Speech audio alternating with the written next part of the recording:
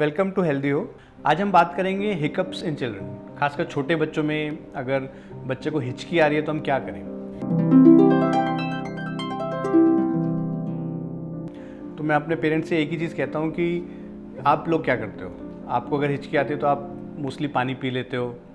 तो छोटे बच्चे के लिए तो खाना और पीना दोनों आपका फीड ही है। तो जो खासकर 6 महीने से कम के बच्चे हैं, जो सिर्फ ब्रेस्ट फीड पे हैं, जो सिर्फ स्तनपान पे हैं, उनके लिए बेटर है कि आप उनको छाती पे लगा के थोड़ा सा फीड कराएं और कंधे पे लेके डकार दिला दें। 90 से 95% टाइम थोड़ा सा फीड करा के और बर्प करा के छोटे बच्चों का हिकअप्स सेटल हो जाता है। ठीक है। और बाकी अगर बहुत ज़्यादा कुछ और लक्षण आ रहे हैं तो डेफिनेटली, अगर बार बहुत फ्रीक्वेंटली हो रहा है, बहुत जल्दी ऐसे इश्यूज़ आ रहे हैं, तो हमें देखना पड़ेगा कुछ गैस्ट्रिक इश्यूज़ तो नहीं है। तो उसके लिए फिर आपको डॉक्टरी सलाह लेना भी बेटर रहेगा।